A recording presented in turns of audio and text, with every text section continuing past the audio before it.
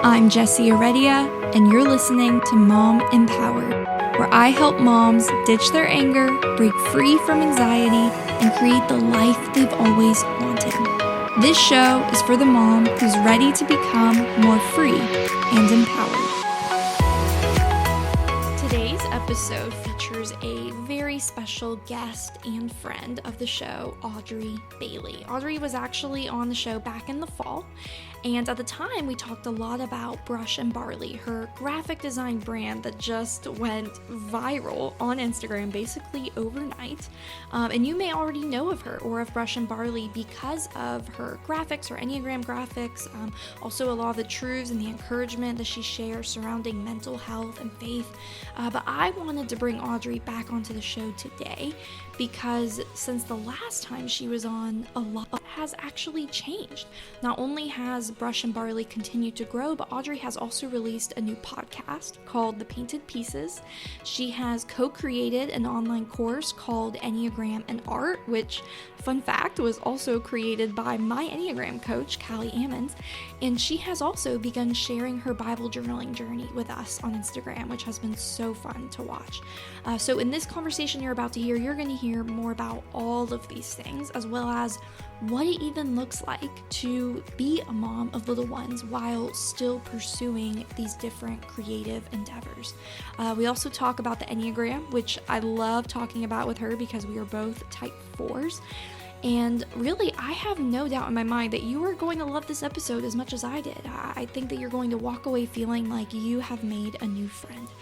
Before we dive in, I want to encourage you to share a screenshot to your stories on Instagram of this episode and tag me at Jessie Heredia and Audrey at It's Audrey Bailey so that we can know you're listening and hear what this episode has meant to you. It's always so fun to hear from our listeners, and I know that this would mean a lot to both Audrey and I. So without further ado, here is my conversation with Audrey. Hey Audrey, welcome to the show again. How are you doing today? I'm good. I'm so excited to be back. You've been doing so much good on your Instagram. I've been checking it out, and I'm so excited to get back in touch with you. I know. Well, I mean, you say that like I've been doing so much. You've been doing so much, girl. I mean, because I think our last conversation was in September or October. And since then, you have started a podcast. Mm-hmm. You just launched, I think, your first ever online course with Callie, Yes. on the Enneagram, which I'm just like, that's amazing because you know how much I love the Enneagram, and obviously I know, that you share that same passion. Yes. And I'm trying, and also your account, you've really ventured into Bible journaling, which I know we'll be talking about today. You just have a lot going on, girl. Like it's pretty cool. It's a lot. It's a lot. It depends on the day when I'm like, am I doing too much? Or then I'm like, I'm not doing enough. Well, also, I feel like it's important to note that like your husband has been deployed for quite some time as well. Um, Yes. so yeah, I definitely have some questions on like how are you juggling all the things? Especially like as a fellow mompreneur, I think it's incredible like how you can find systems that work for you, but they're not necessarily the same as what everyone else is doing. So I am curious to Exactly. hear more about that. But before we, dive into all of that nitty-gritty, for the listeners who maybe are not familiar with you, which I can't imagine that there are very many, but let's assume that there are some people listening who maybe have never heard of Audrey Bailey. Could you tell us a little bit about yourself and your family, and also maybe like a little bit about Brush and Barley and just the work that you do? Of course. So I'm Audrey Bailey, and I always get like flustered when people like say, "What is Brush and Barley? What do you do?" Because I'm like, "Oh, I do a lot." But I'm a mama to two little ones. My daughter Elena will be 5 in November, and my son Emerson will be 2 on July 3rd. So we're literally in the last month. So it's crazy. And my husband is actively serving in the Navy Reserves, and he is deployed overseas right now. He's been gone since about November. So we are ready for him to come home because right now Mm. it is the beginning of June and the world is not in a fun place. And I definitely didn't expect this to happen when he was gone. So I'm very much doing different day to day, but overall, I'm busy. And Brush and Barley, I've kind of veered more towards mental health advocacy in the church sense, as breaking the stigma of mental health, postpartum depression, because I think there's a lot of misconceptions and stigma and silencing, especially in the Christian community and older generations, and how things have kind of evolved over time. And I kind of felt stuck just having Brush and Barley, like a feeling of I wanted to say more than a caption, and I wanted to share Mm. more than a caption, and it was kind of this moment where I turned my personal page into a Bible journaling account, because I started doing on Brush and Barley, and even though they do coincide, I was like, I feel like I'm doing a disservice to this if I don't give a spotlight just for the Bible journaling and be able to completely share the word and not necessarily just art. So that's where my personal kind of blossomed, and kind of where my personal has taken the turn to be more of a honest Bible journaling journey from myself. Yeah, and it's been really fun for me to watch that transition. Because for a while there, like, you focused a lot on, your graphics and your design. And every now Mhm. and then we would see photos of you, where you would show up in the stories and you would maybe, just give a little snippet of, what's going on in your mind, and what you're Yeah, thinking about. I feel like ever since you've kind of, ventured into this Bible journaling path, I almost feel like I know you more personally. Like that's I'm awesome. getting, I yeah, love like that. I mean, I don't know if that's something that you've picked up on, but like I definitely feel like whether or not it's a picture of you or a picture of what you're reading and what you're studying, like I feel like I can kind of like I'm kind of walking with you in a That sense is so awesome. through the season that you're in. And I don't know if other people, feel the same way, but that's definitely just something I have felt just from watching this transition. I think it's really amazing. I love that you even gave yourself permission to go off in this new direction while still, Mhm. having such a strong presence in your other account, which is just so funny because like now you have these two huge accounts. Like I Yes. like at first Brush and Barley was the Instagram account that exploded, and now you have like two explosive accounts to keep up with and to keep track of.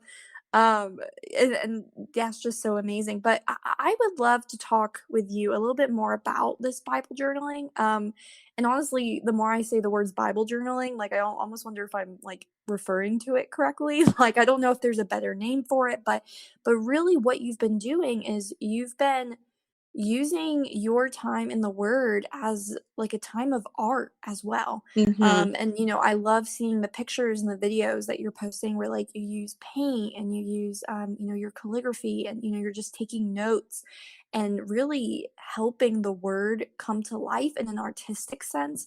I'm just wondering, like, what even interested you in doing that, and what kind of benefits have you seen come from it for you personally?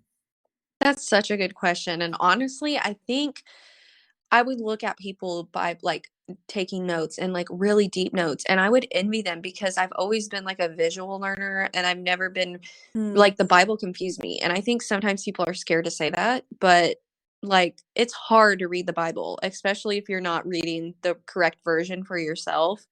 It is confusing and it's hard, and I think sometimes as Christians, we're like, "Am I a bad Christian because I can't understand what's going on?" Or maybe you're a Christian like myself, where I grew up Christian, but we weren't like regular churchgoers. So, like, I'll hear friends or podcasts and people refer to stories, and, like, they're like, "Well, I learned this when I was, like, in 4th grade at church," and I'm like, "I never heard that." And so a part of me Hmm. was like, "Am I even worthy to talk about this stuff when I feel like I'm still learning day to day, and I feel like I'm a completely different born again Christian in my adult life?" But I think me allowing myself to bring my art with it, it allowed me to worship through creating, and break that narrative of there's no rules when you're talking to God or you're journaling or you're reading and studying the Bible, because even if you're not artistic, even if just bringing out paint, that can completely make something even more beautiful than you could have imagined, and you're still getting in the word, and from that, it's really helps me understand things better, and now I can really sit down and really Bible study without even doing a drop of paint. And I think, though, I couldn't have done that without allowing myself to do it in a creative way first. That makes a lot of sense. And I'm wondering for the listener who maybe is thinking to herself, yeah, like she resonates with that in terms of not quite knowing how to fully study the word, or is just kind of, Mhm. maybe she is more of that visual learner and it's kind of a struggle for her. Maybe she's a busy mom, and so like she doesn't even have the time or Yes. feels like she doesn't have the capacity. What kind of encouragement or even practical tips would you offer that mom if maybe this is kind of the next right route for her? Not saying, that Bible journaling is, this super easy skill to just pick up on, Yeah. whenever you feel like it, but maybe she does have an interest. What kind of encouragement could you offer her? Well, this is something that I even still struggle with, like, finding the time because, like, with 2 kids at home, it's hard, and with COVID, because both of my children were in care full time before Yeah. COVID hit, so I was kind of finding this time in my life where I was full at home work mom, networking, meeting businesses for coffee, all of this stuff. And then I was back to being stuck at home with 2 kids. And I was a stay-at-home mom for 4 years, so it wasn't new to me, but it was kind of like I went from finally finding myself out of motherhood and being an entrepreneur to all of a sudden, okay, my husband's gone for his first deployment and I'm at home with 2 kids. I have deadlines, all this stuff. And I think we need to mothers first need to have grace and know that it's not gonna be a perfect transition, and it's not gonna be something you have to do every day if you're just getting in, and we need to give ourselves grace because overall, Jesus gives us grace every day. And I feel like a lot of us are hard on ourselves if we don't do it by the book per se, but I think starting with small steps, like I read Jenny Ellen's book, Get Out of Your Head, and one thing that Mm, stuck with me that I really try to implement is she refuses to get on her phone before she gets in the Word in the morning, even if it's just opening your Bible to a random page and just reading. Um, and that's something I've tried to implement and I'm getting better at is most nights I don't even sleep with my phone in the room anymore, and that's really helped to not do, like, endless scrolling or take away. And something I've been working on too, I'm a night owl, and this is something I've had to gear since motherhood is like I have to get good sleep. I have to make that a priority so then I could try to wake up before the children and have that even if it's 30 minutes alone in the word or 30 minutes getting coffee and listening to worship music for the day. It's something that I still struggle with, but it is possible. I think a lot of people are like, I can never do that. I can never wake up before my kids do. But it's all about training your brain to do that and sacrificing things and working hard at it day to day. And I think we're a lot more capable to do these hard things if we give ourselves grace and ultimately trust Jesus to help us do it. yeah, and you have a very good point about grace, because I think a lot of us women can struggle with this idea of like it has to be perfect, like Yes. it has to Hmm. be the most beautiful thing ever. And I remember a few years ago, I mean, I really struggled with anxiety back then, and I'm sure we've talked about that before, but it was to the point where my husband had gifted me a beautiful She Reads Truth Bible for Mother's Day one year. It was like my first Mother's Day, and I had it for like 2 days, and I wrote in it because, I was so excited to take notes in it, and I didn't like my handwriting, and I put the Bible away in a closet for 2 years because I Wow. couldn't Hmm. stand the thought that I had messed it up, like this beautiful She Reads Yeah. Truth Bible that was so expensive and it had just come out. And honestly, this past, I want to say like maybe a year-ish ago, I pulled it back out for the first time in years, and I've been using it ever since. And I can tell you, like, my handwriting is still atrocious some days. And sometimes I accidentally write through the verse that I meant to Oh my underline, gosh, even mine It's is too. Like, people don't believe me, but I'm like, everybody has bad days. Like, there's tons of yes. things in my Bible I will not show on social media. Like, nobody would Yes. understand it at all.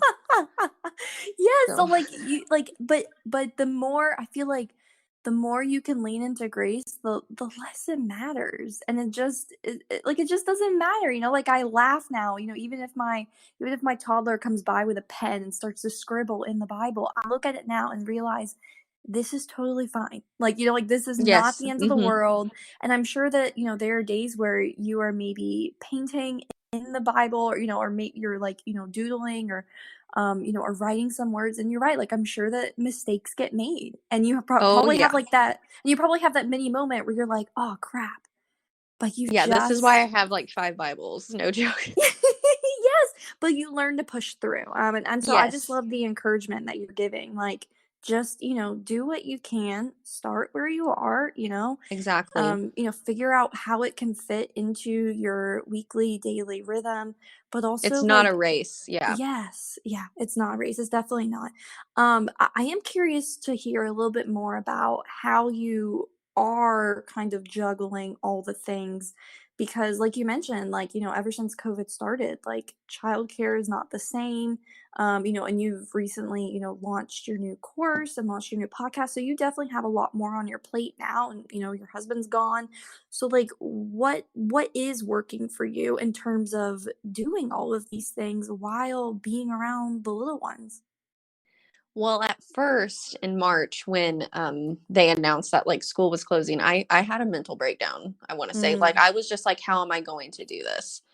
And I was having like a poor me attitude because I was just like, it was like a shock because I went from thriving and blowing through this deployment, and Elena loves school, she's thriving in school. Emerson was going to daycare and he was actually loving it. And it was just that moment where I was like, oh my gosh, like how am I going to do it? And then I remember the next day, Jesus just put this peace over me. And then like when people ask like how do you do it, I'm like I just do it. And it's kind of like I push through, and me and the kids have found this rhythm, and in a way I'm so thankful for this intentional time. Of course some days are hard, and now the next thing is Emerson's daycare has been open this whole time and I just haven't sent him, and I've still paid weekly just because I can. And now we're at this moment where I'm like, when do I send him back? And that's something I've been Yeah. struggling with because, and Elena's even asked, and this daycare is on my street. So it's literally like I could walk to it. It's like across the street from me. And Elena's been begging for me to enroll her too, just because she's a 4-year-old that is extroverted and loves interaction. And she just doesn't understand, like she calls it the germs outside, but she doesn't understand why she can't see her friends or why she can't go to school anymore. And so I'm in that weird stage where I'm like, now I'm used to them being home with me. And I'm trying to find that courage to send them back and trust God and know when is the right time with everything going on in the world. But then I'm also like, at some point, I have to give my fear to God. My kids have to build immune systems. It's kind of that inner battle. So right now, that's what I'm really like struggling with. But at the same time, since I've pushed through so much, I'm also like, now I know my husband was deployed during a pandemic that I can pretty much deal with anything at this point. So I kind of find faith in God in that. And I'm kind of like, whatever, I'm just waiting for that sign from God at this point, and then let him take the lead and then trust in him wholeheartedly. Yeah. Would you say that, well, first of all, I'm imagining that there are quite a few moms listening today who are navigating that same thing. Like Hmm. trying to decide, is this the right time? Should I wait? Should I go ahead? Like I know that a lot of kids, they go to summer camp, or, if a parent Yes. has to go back to work, they go to daycare. So like it is a situation that a lot of parents are having to navigate right now for sure.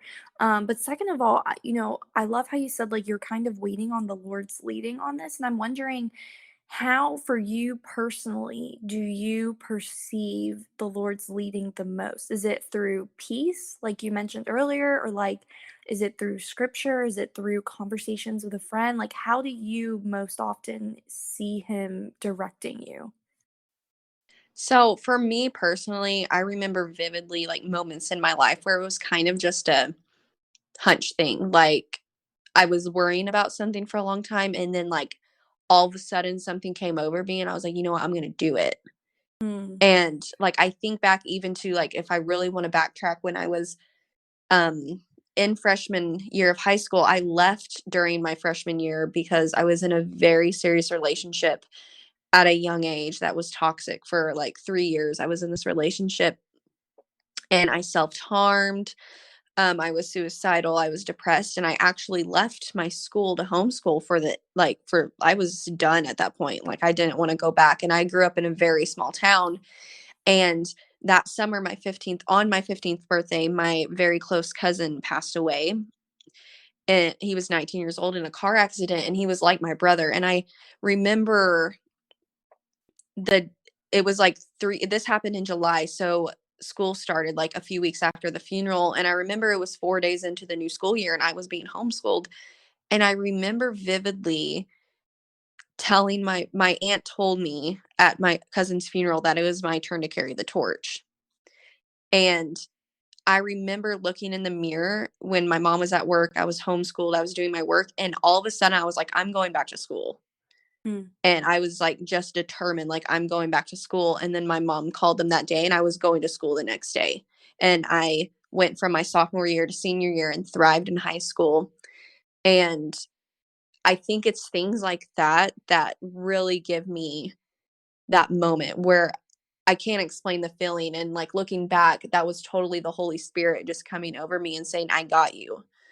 You know in your heart what God has planned for you, and it's my turn to take that fear from you. And I think the more we trust in that and trust those judgment calls that God gives us, the more we will be able to thrive and do things that will fulfill that purpose in us. That's a good word. And I feel like I've had times like that in my life too, where like all of a sudden I just had this immense amount of clarity of, Yes. okay, like this is what I'm going to do. I remember feeling that same way right before my, now husband Grant, back before we even got engaged. I remember feeling this like all of a sudden just this moment of clarity of I'm going to marry him. Like it didn't make Yes, sense. yes. I was 20 at the time. He was 21. I was just like, yeah, we're gonna get married. And then, within the year we were married. And it's just like kind of funny to me how, sometimes decisions, they can feel super drawn out or, and Mhm. just it can be very heavy and very weighty. And then there are other times where you just get that instant feeling of peace and you just know, okay, I can take that step forward. It Yes. is very interesting to hear that that's been your experience as well.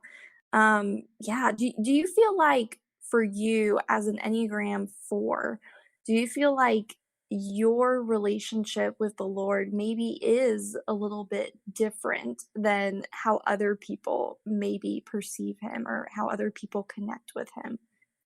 That is a really good question, and I definitely think so. And like, that being said, I get one of the most common things I get is people say they can't believe I'm a 4 because of how much I've conquered. But then I tell them if they would have looked at me like a year ago, I'm not the same person. And I literally Mm, believe it's because of the confidence the Lord is giving me and me telling the enemy, no, I'm not going to be fearful. And of course, I'm a medicated Christian and I still struggle with depression and anxiety. But I also know that my confidence didn't come from nowhere. Like, there was a fire lit in me. And I think as a 4, so when not to get too deep into the Enneagram, but one of the biggest fears of a 4 is being misunderstood.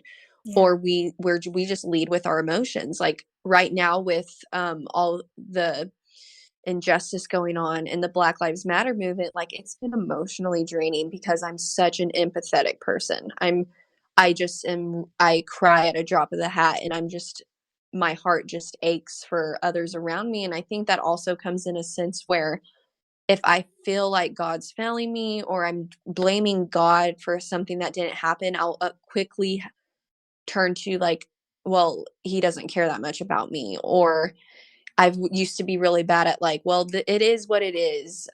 Like, I'm too shy to do this, so that will never happen for me. And I don't Mm, know why God made me this shy.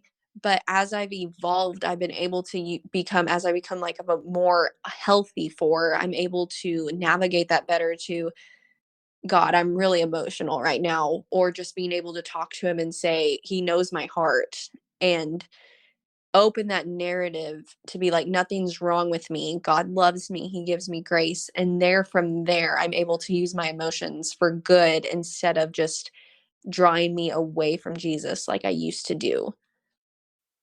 Yeah, and that honestly is a beautiful depiction of like a personal journey as an Enneagram 4 Mm-hmm. because I'm a 4 and Yes. I'm like, yes, I resonate with that. Can I just like fangirl over Callie for a minute? Because Oh my first of all, goodness. I didn't even know that you guys were releasing a course together at the time when I hired her as my See, that's Enneagram so coach. amazing. And then when I found out, I was like, "Oh man, that's so cool." So, can we talk about like have you guys been acquainted for a while? Like have you been friends, like how did you guys meet? And then tell me a little bit about this course cuz I think that our listeners would be very interested in it.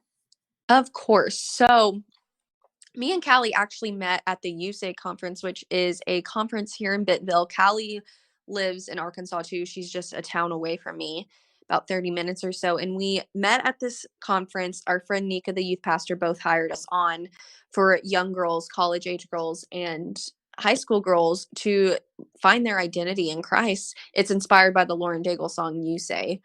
And Mm, Callie was a speaker, and I was actually speaking on worship through creating and tying the Enneagram in it. So me and Callie met there, and Callie, she was the sweetest thing. I had pneumonia that day, and I was like, I think I had pneumonia. Maybe I had COVID. I don't know at this point, but I had tested oh positive for no. pneumonia the night before. And this was in January or February 1st. And she was just the sweetest person ever. And guys, you need to go just like listen to one of her episodes and you'll understand what we're saying when she's just like a people person. She is so Mm, eloquent and just makes you feel loved and makes you feel pumped. And she asked me if we could go meet for coffee, and she straight up was like, okay, do you have the U version Bible app? And I told her yes. And she was like, okay, you know those Bible stories where it shows Bible stories but there's drawings? And this was in February, and then that's when Enneagram and Art was essentially born. So that's when the wheel started.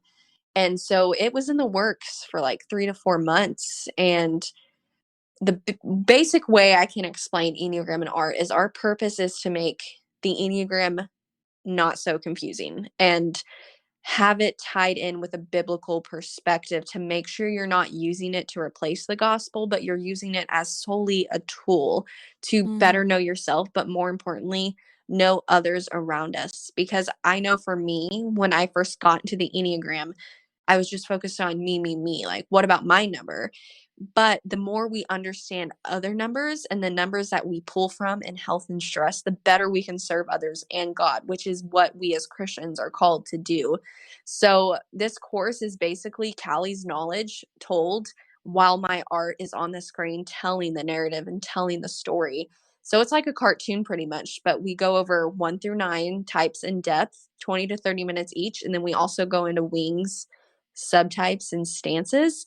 And by the time this episode releases, it will be closed, but it will come back in fall. And I probably am pretty confident it will be back better than ever. And mm. so far, we've been loving the sport. We have closed the doors for the week of the blackout movement, but we really think that Enneagram was meant to really help people and us see the inside of people and understand people. And that was our whole purpose behind it. Yeah. Yeah, I love that. And I love that you even get very technical in like the wings and the subtypes and the lines. Yes. I Mhm. honestly am just now starting to become familiar with things like subtypes and lines of Oh, they're stress. And like, confusing when you don't know what they are. yeah.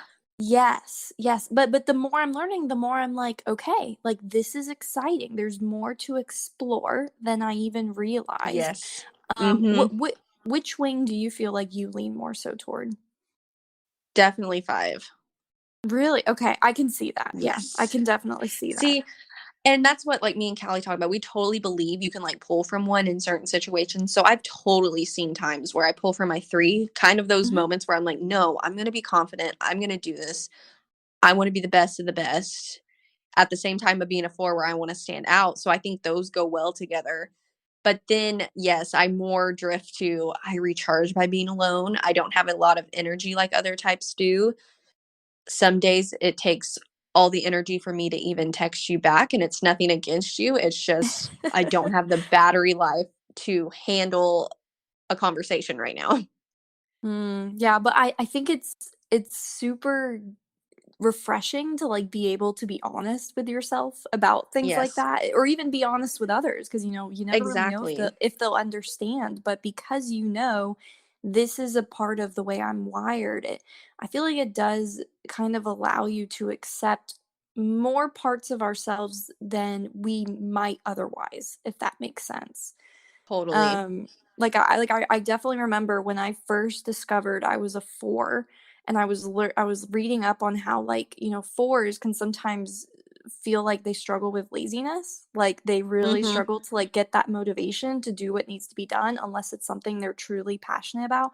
And Yes. at the time, I was like a stay-at-home mom. I, like, hardly cooked. I didn't clean. I, like, sometimes wouldn't even wanna, like, get off the couch to go play with We're my the same toddler. person. Yes, and, like, I couldn't for the life of me understood why I was that way, and then I started my podcast, and all of a sudden, I was, like, up and ready to go. I was getting out of bed.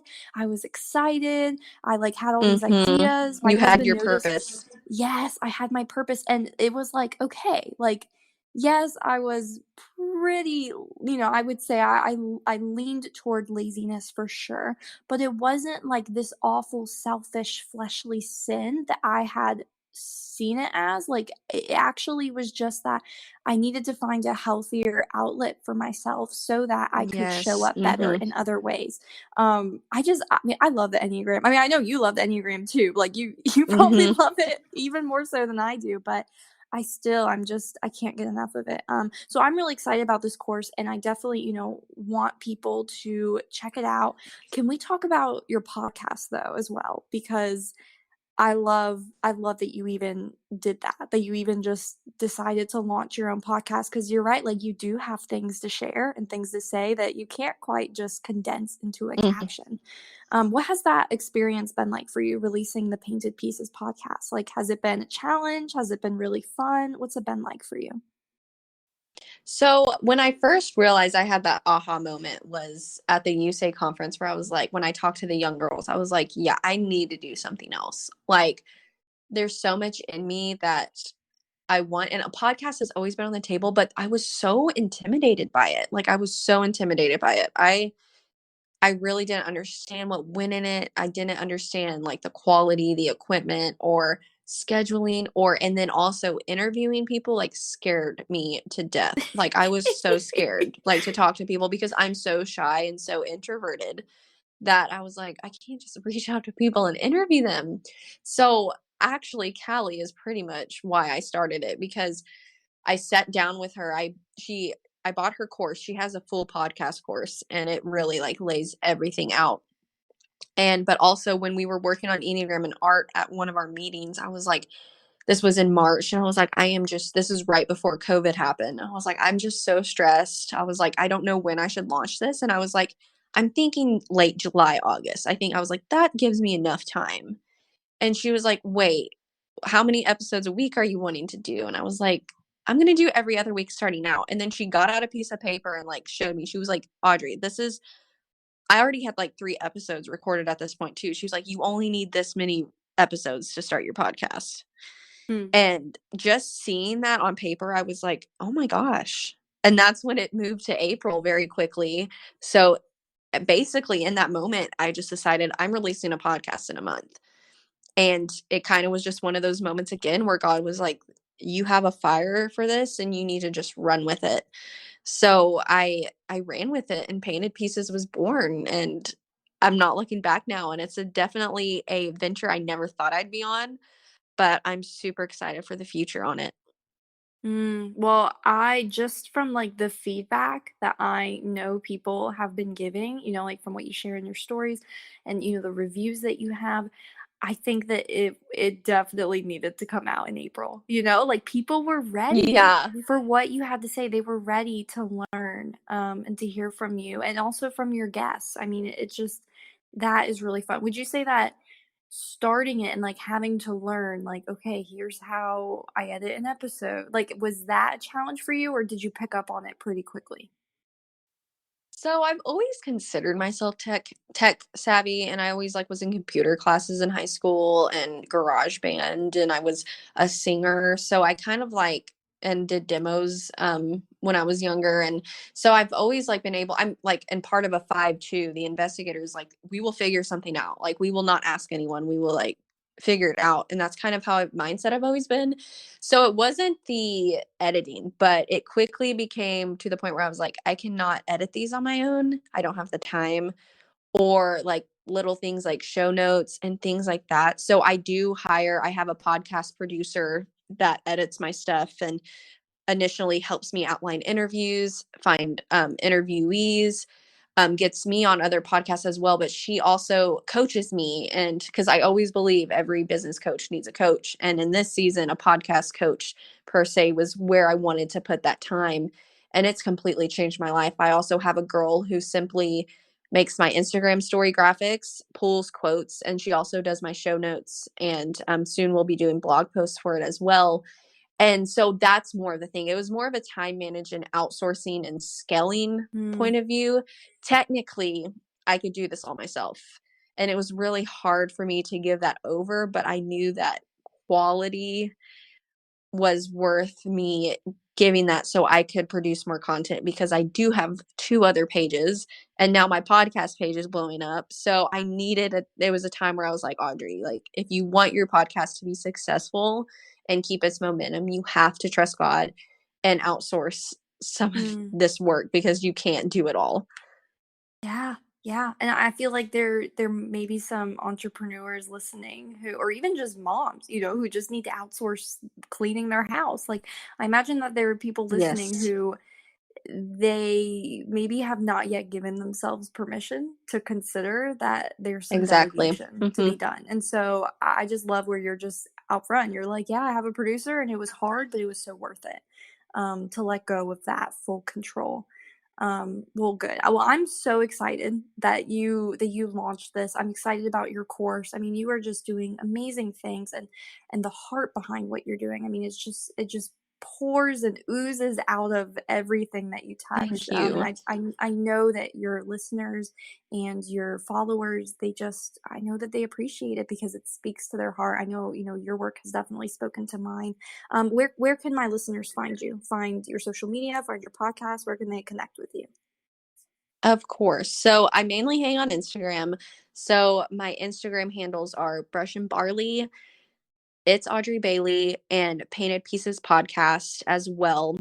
And then my podcast is pretty much on every podcast listening platform. Still waiting for iHeart to approve, but Spotify, Apple Music, Google Play, all of that. So yeah, but Instagram's pretty much where I hang out and talk to people a lot and get on lives a lot. So that's my main jam right now. All right, I love it. Well, thank you again for coming back onto the show. I think this Of might be the first course. time I've ever had a guest come on a second time. I think besides my husband, but maybe he doesn't count, That's so awesome So, though. I'm so excited.